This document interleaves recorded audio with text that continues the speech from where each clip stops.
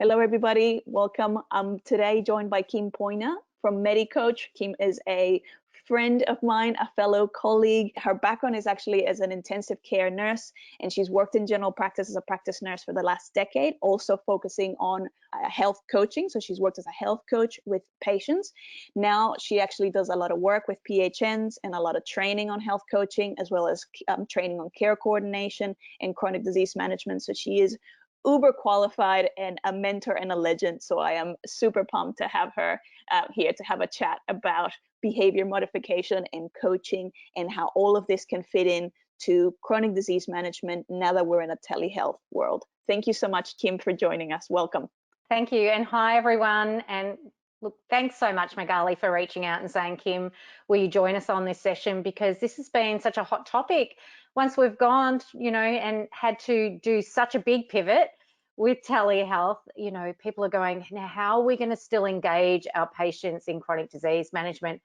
And there is so much we can do virtually. So I'm super excited about this topic in particular. Oh, this is great. So let's get to it. So as all of this has been happening, what comes to your mind in terms of, obviously a lot of the work that you do is around behavior modification and health coaching. How does this change? How do we do this during a COVID-19 time, particularly when for a lot of these patients, we can only really see them via telehealth?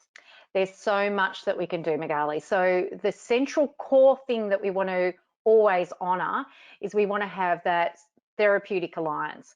So relationship, and nurses are great at that. That's what we're renowned for. We've got that trust rapport, but we don't want to let a bit of hardware get in the way of that. So telehealth takes that new edge to just a phone consultation. You don't get all of those key subtle things that allows us to have effective communication. And what I mean by that is 7% of our communication is our verbal words. That's it, 7%. Then we add tone and intonation to it. So thinking about just listening to even audiobooks and podcasts, you can tell the emotions that are being expressed based on those key things. Now layer on that visual face-to-face experience that you get with telehealth. Now I can see your body language. I can see the emotions that you're expressing. I can use my empathy communication now that I can see you. So really thinking about those subtle things that you can bring to the experience virtually. I can now see that you're happy or you're sad, and that's matching the words that you're using and expressing. And then I can use my true scope of communication skills to connect with you. And keep thinking that is the crux of all you're trying to do, is create a trusted alliance and a connection through a virtual platform. Full stop. That's it. That's a great point. I love that. Keeping that concept of that relationship first. And yes, with telehealth, there's still a lot of things that it's not the exact same experience as face to face, but there's still a lot of things that we can be paying attention to, even if it's just via phone, as you said, the tone of voice, the speed that they're talking at, or the rate that they're talking at. And then if you do have that video connection, yeah, you can get a lot of that feedback as well. What do you feel if you're providing any kind of support via telehealth, particularly when, say, for example, you might be following up patients with chronic diseases, now that we can claim our nurse support item, which is fantastic?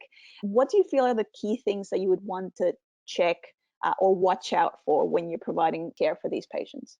Oh, there's quite the list. And yes, a big roar of applause went across the crowd, didn't it, when the 10997 was converted to telehealth and the 10987.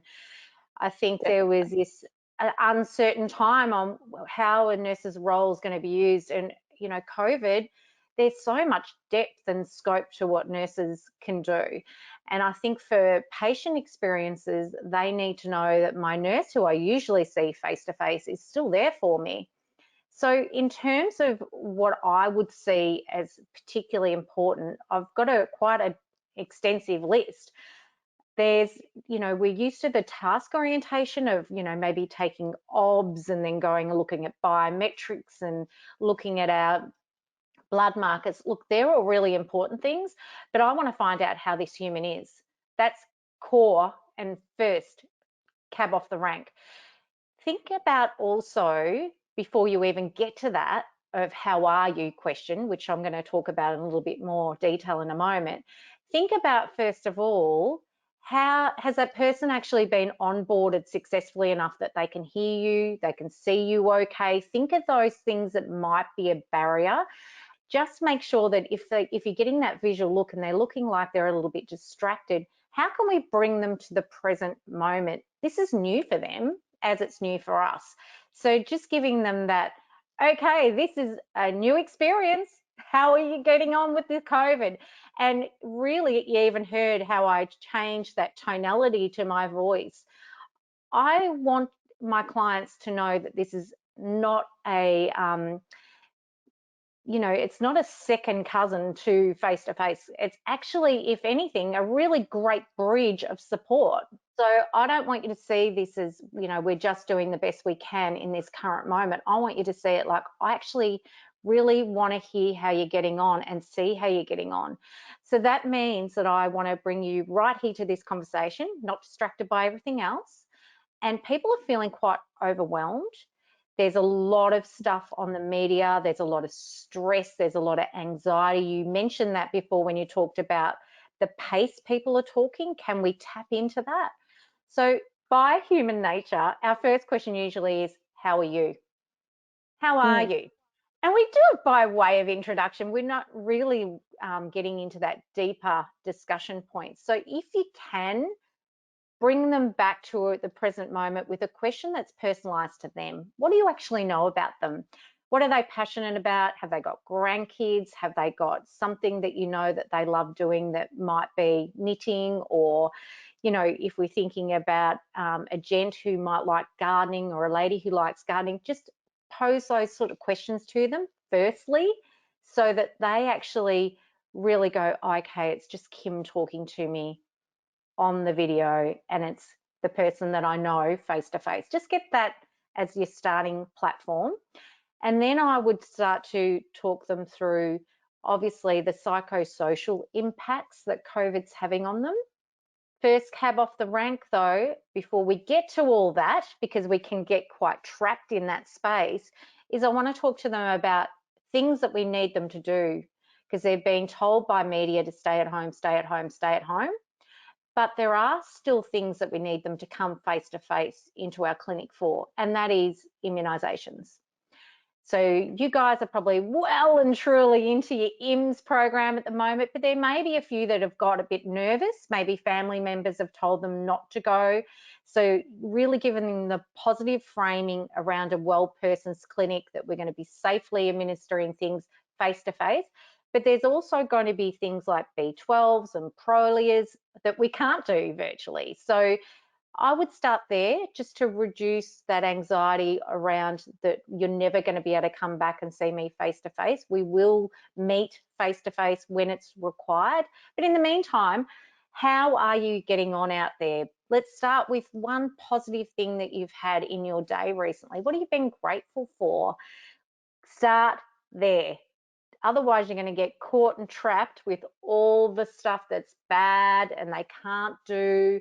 And before you know it, your time that you've dedicated to have this really effective, supportive conversation with someone is just going to be stuck on what they can't do and what's yet to be done. Can you leverage the conversation, which is called a shifted focus reflection, to say, yeah, look, it's been challenging and it's been really overwhelming. Address it, acknowledge it. Just tell me something that's been, brought a smile to your face or you're grateful for at this point in time. Then let's have a discussion about the things you can do. So it's really important, like I said, those psychosocial discussions. What is it in terms of support structures that they have for themselves? That social isolation and mental health discussion is really important, isn't it? How do we make sure that people are okay? Have they had any symptoms associated with anxiety, depression, feeling overwhelmed? What would they score their stress? What would they score their sleep? Think about that pain scale and use that sort of ruler systems with a client. 0's none, 10's extreme. Where are you on that scale? It's a nice way of opening up. You can then red flag those things that you're hearing and those scores through to your GP. I'm not saying work outside your scope. I'm saying stay absolutely there, but have those conversations. Don't shy away from them here. They need you. Talking about financial stressors, how they're getting on. Also, if they're being told to stay at home, if they're in that age group, or they're immunocompromised and vulnerable community members, how are they getting services and things delivered to them? Do they need any assistance there? We're also going to need to look at medications. Are they getting scripts sent to the pharmacy? Are they getting them home delivered, which my parents are, which is fantastic. I was very happy to hear that. How are they going? Are they safe in their home? We cannot think everyone's household is a safe area. So having domestic violence discussions, again, are you safe in your home is all that you need to say. And then red flag, appropriate referrals can be done. I also cannot stress enough about the SNAP guidelines. We are all stuck in our homes and everyone's going, you beauty, I'm on the COVID diet. And so I've heard lots of people saying that they're, just letting everything go. And there'll be a time where people go, actually, this is really important that I cut this behavior out. So how are we continuing those conversations? We need to do it for our PIP-QI anyway, don't we? Those SNAP discussions. We need to be increasing our recordedness of those key things. So how do we frame them in a way that doesn't come across judgmentally? We're just having a discussion with everyone. I'm not targeting you particularly. I'm just targeting every single client because this is something that we discuss each chronic disease consultation. So smoking, tell me about how your current smoking behaviour is going. Don't assume that when I gave up ages ago that I haven't taken it up again. I may very well likely have done it, but how am I going to tell you if you go, oh, so you still quit smoking? How am I going to say, no, Magali, I'm actually up to 3 packets a day? There's shame and guilt there. So we need to just frame it open-ended, no judgment, no agenda. It just is what it is. And tell me what you think you're doing well with your current diet. I don't want to hear the things that you think I want to hear. I actually want to hear what's truly going on there. And I'm only going to be able to do that if that central therapeutic alliance and our relationship is strong. So you'll tell me, yeah, look, I've been binging on the chocolate and Easter eggs that all the grandkids left here. And I've been hoeing in at 3 o'clock in the afternoon and into the biscuit tin. I'd rather you tell me that rather than just saying, yeah, I'm eating only 5 serves of fruit and veggies a day. I'm having my dairy. They're boring conversations that have no value.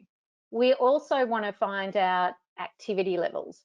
There's many options and ways of going around activity. And I think activity, we need to frame it as movement, doing the household chores, getting out for your daily walk, if that's your choice, getting outside and getting some vitamin D on your skin. All of those key things are what encompass our movement in our day. So are they doing, sit and be fit programs in their armchair if that's, their range and scope? A lot of allied team members I know are doing some little video linkages as well and providing that customized approach. And then obviously alcohol. Well, we all know alcohol has blown out through the roof, hasn't it, in terms of this COVID time. So have the conversation, tell me about your current alcohol consumption. Use patient-friendly language that's appropriate for your audience, of course, but an authentic voice and delivery of that's what's truly important.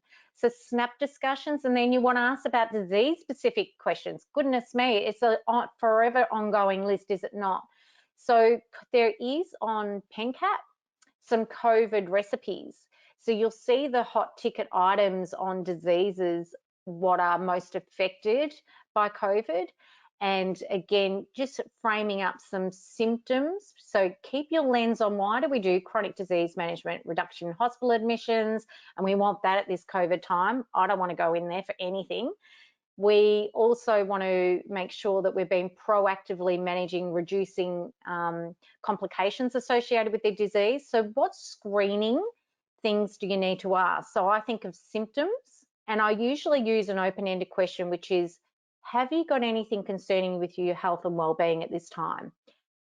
So it's not just related to one disease. Remember, they're multi-morbid often, but also if there's something new starting to happen, i.e. panic attacks, or you know, they're just starting to get symptoms of a new disease that we need to intervene with, that can capture it.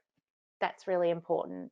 So it's a big list: COVID, general, SNAP, disease specific, and then set some self-managed degree goals. So I think that there's plenty to cover off. My goodness, yes, that was so comprehensive. That is like a master class in an answer.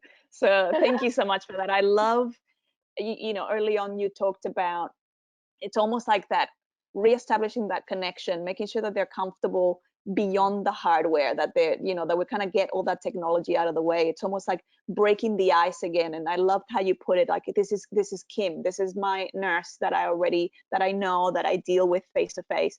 And I love also how you talked about making sure that you, when you're asking these questions, there's no agenda. It's not a, you're going to let me down. Are you keeping up the good work or else kind of tone behind it. So I love how you're presenting this in a very open way and giving them permission and sort of making them feel safe in that sharing space. So I think, yeah, I think that's fantastic. Great points. And you kind of answered this already, but what do you feel are going to be the biggest challenges for clinicians, so be it nurses, doctors, even allied health, as we're providing care over telehealth, or if we're providing this either follow-up care? And obviously you already mentioned the hardware can get in the way, Yeah. but anything else that you can think of?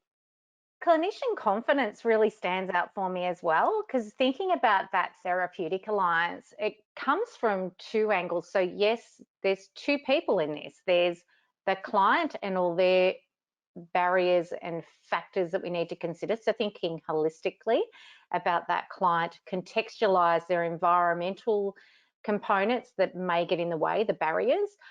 But then there's also our barriers. This is really key. So how confident do I feel to have these conversations over this hardware? Do I see it as a second choice rather than the face-to-face choice?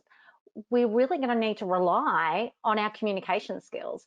We're so used to, as nurses, and we've been trained this way, have we not, to do a lot of tasks and do a lot of biometrics, and we've got, you know, these key things that we want to hit, and we pose questions to clients, but now we're just going to rely on one thing, and that's us as a tool.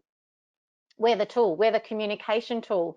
So that can be quite overwhelming for people as well. They go, hang on a second, I'm used to having these other things that are part of this discussion and consultation, and now I'm feeling quite exposed.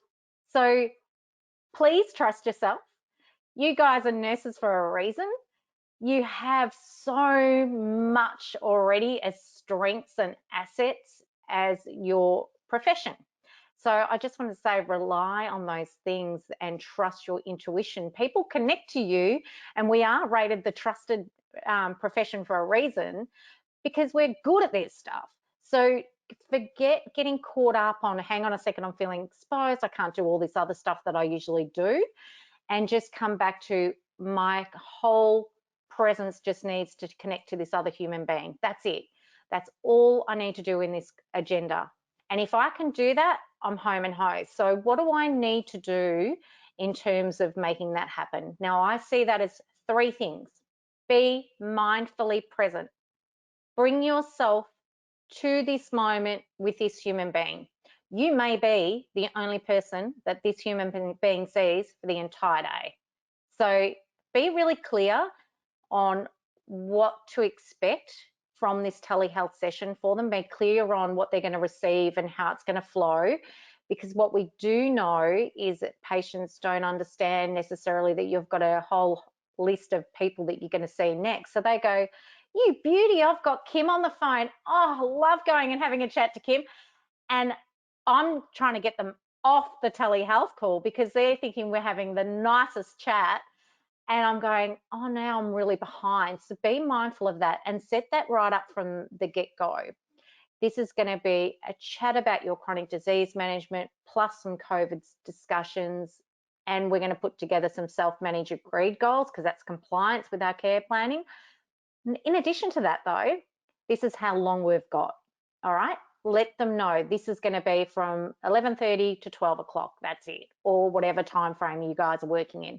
Now they're clear. Give them little prompts as well. We've got 10 minutes to go. We've got 5 minutes to go. Again, so they don't feel like you're shutting down the conversation and the flow. They're just well aware that in the clinic, you have time allocated appointments. So virtually thinking of those sorts of things. So mindfully present's number one. Number two is make sure you use perceptive reflections. Now, there's a whole heap of reflections that we can use. There's quite the compendium, and whoever wins those scholarships, you will see and be able to use those. So I'm really excited about that. So thanks, Magali. There's a whole host that you can use that can actually not dismiss a client's discussion with you, not to shut down a conversation so then they ruminate on it, but to go, that's great, but let's come back to the discussion at hand. So you can really start to curate them with your coaching skills. And that's the second tip, perceptive reflections. Am I demonstrating to you that I'm listening and understanding what you're saying? Otherwise, they're going, I better tell her again. She didn't hear that. Okay, so tip two. Tip three is that we pose what's called powerful inquiries. And all that means is that we ask effective questions.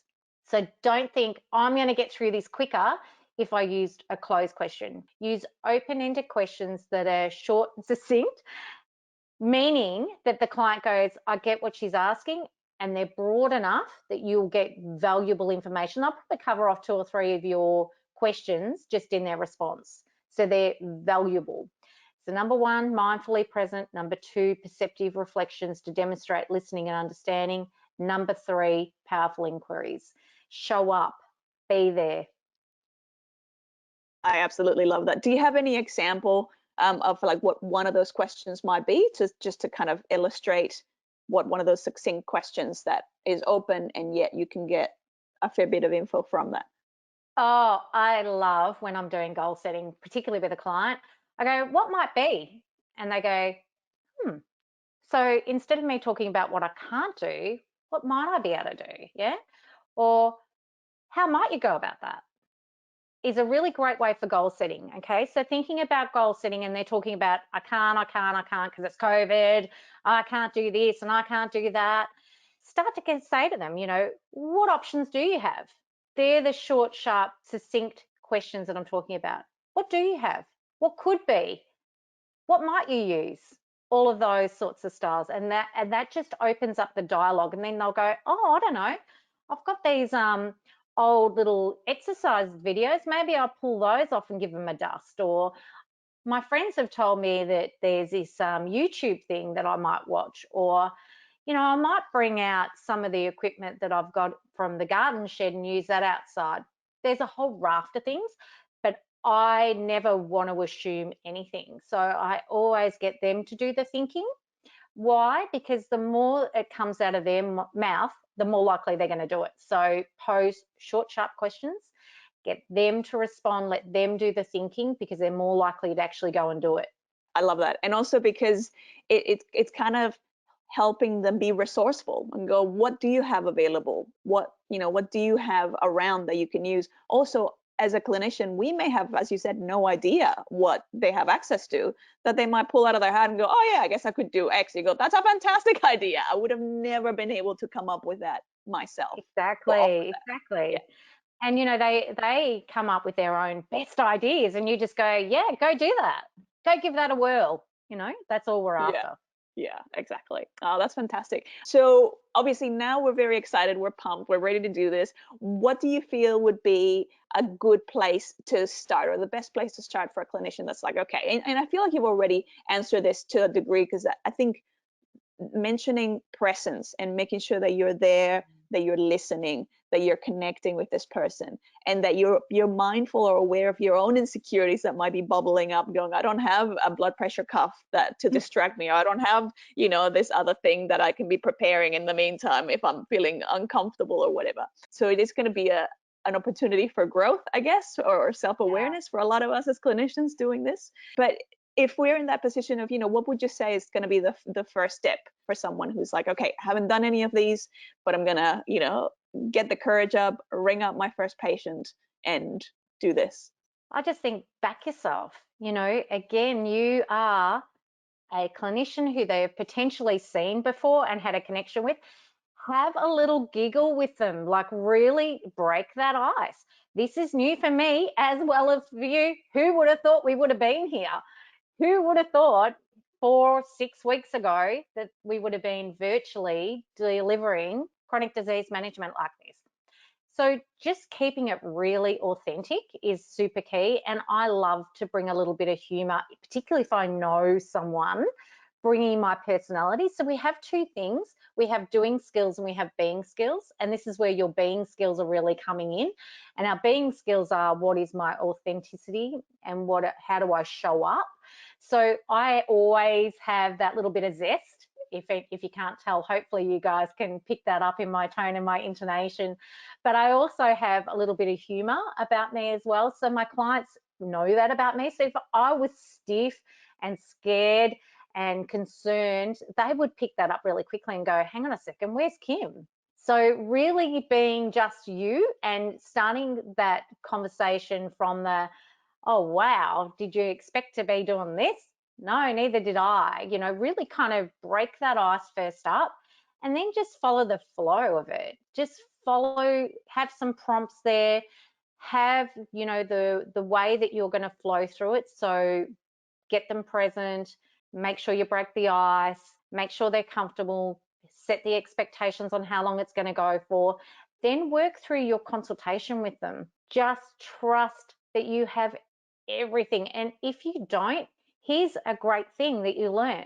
You will find a way of fine-tuning it that works just for you. We all have to do some things that are compliant for care planning, but what really makes a difference to the value of the interaction and the consultation is you. So if you actually go, oh, I forgot that bit, do it next time. Just add it in. Don't bash yourself up. Don't give yourself too much dialogue. Just make a note of it and go, right, what did I learn? What worked? What didn't work? And guess what? We as a profession are very sharing and caring. So if you actually are finding that I don't know the right way to do it, get in Magali's Love of Healthcare site and, in the social pages and write, hey, how's everyone doing this? Practice Managers Network, same thing. People give you heaps and heaps of information.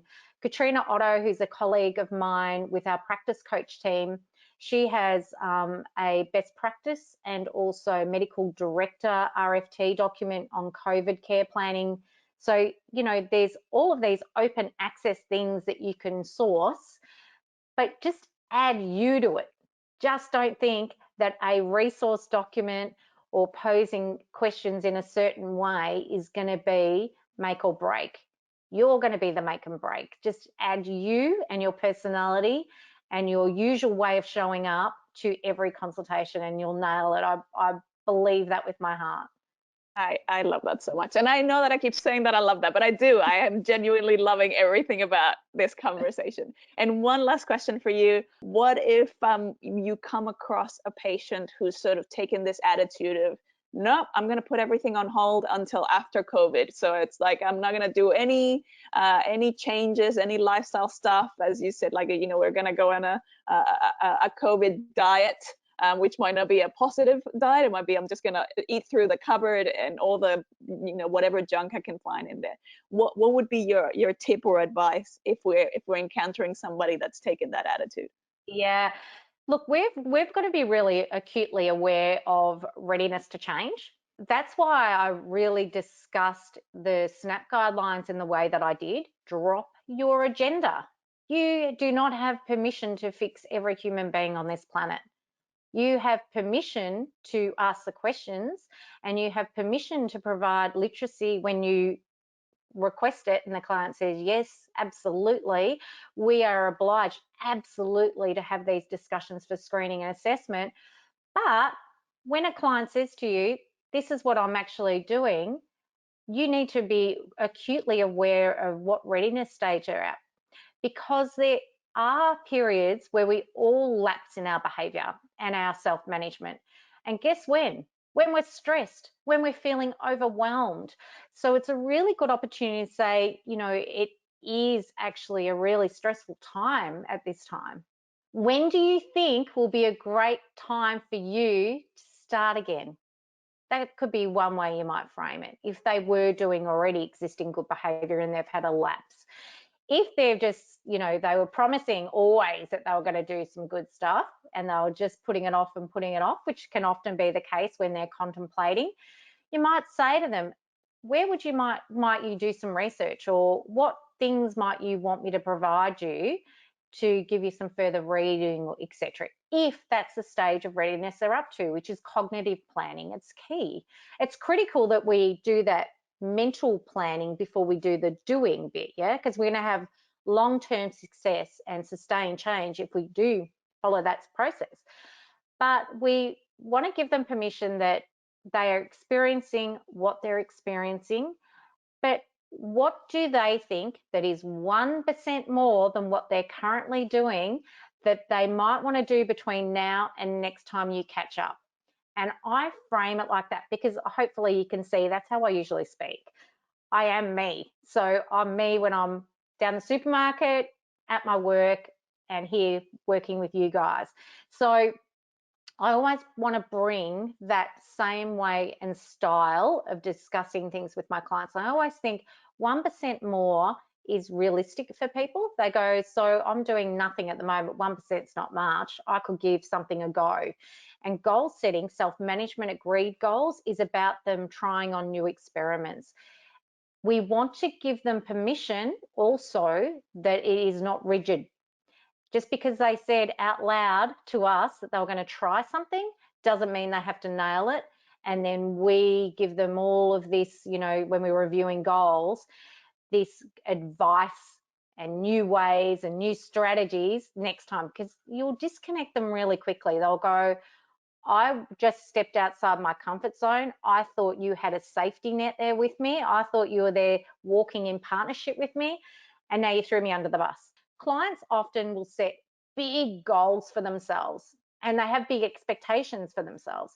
So just give them permission, a tiny step forward. Progress is better than perfection, and making some changes and adjustments and tweaks is all we're after in goal setting. That's fantastic. And the last thing that I wanted to mention is the scholarships that you've mentioned. We're so excited to be able to offer in partnership with you, Kim. So thanks so much for helping us with this.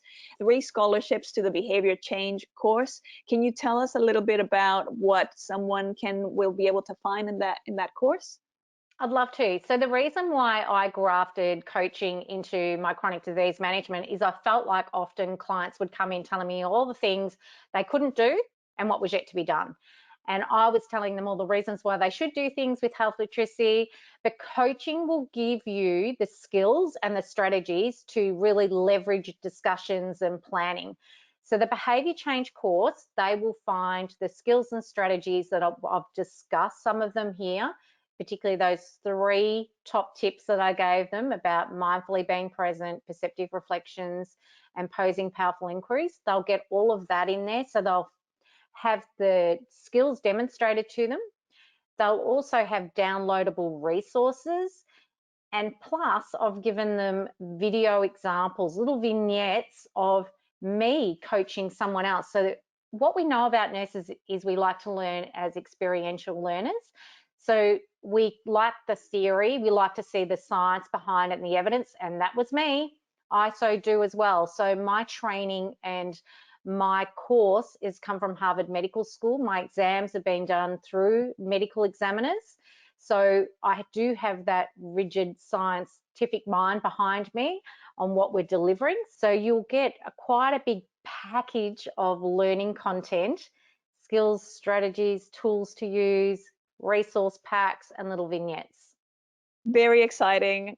Can't wait for this. I'm so grateful to you for giving us the time to have this conversation. Was there anything else that you'd like to say or add?